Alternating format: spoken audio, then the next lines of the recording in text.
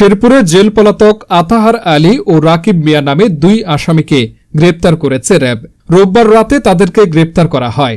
গ্রেপ্তারকৃত আতাহার আলী শ্রীবর্দী উপজেলার চৈতাজানি এবং রাকিব মিয়া সদর উপজেলার বাজিত খিলা এলাকার বাসিন্দা।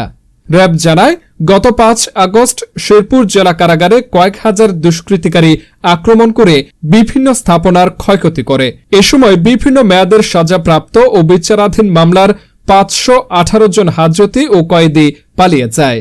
এরই জেরে গোপন সংবাদের ভিত্তিতে জামালপুর ক্যাম্পের কোম্পানি কমান্ডার মেজর আব্দুর রাজ্জাকের নেতৃত্বে এবং স্কোয়াড কমান্ডার অতিরিক্ত পুলিশ সুপার এটিএম আমিনুল ইসলামের উপস্থিতিতে র্যাবের একটি আভিযানিক দল অভিযান চালিয়ে তাদেরকে পৃথক পৃথক জায়গা থেকে গ্রেপ্তার করে।